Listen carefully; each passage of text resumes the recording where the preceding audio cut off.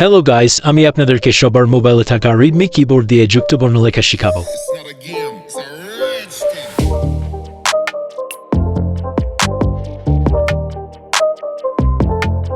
Redmi keyboard এ বাংলা লেখার জন্য দুটি অপশন রয়েছে, একটি জাতীয় এবং একটি প্রবাদ।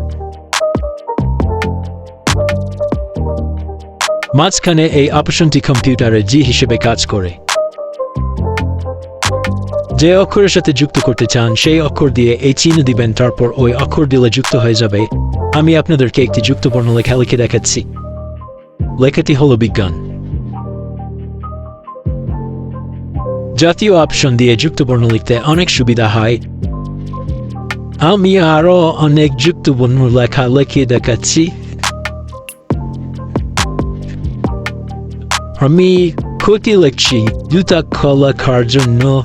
ক দিয়ে ও চিহ্ন দিয়ে পেটকের মধ্যে না দিলেই হয়ে যাবে।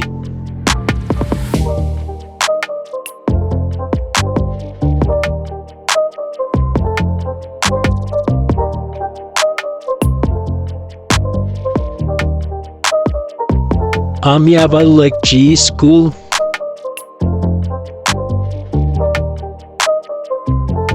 আর এরকম ভিডিও পেতে চ্যানেলটি সাবস্ক্রাইব করে পাশে বেল আইকনটি বাজিয়ে দিন।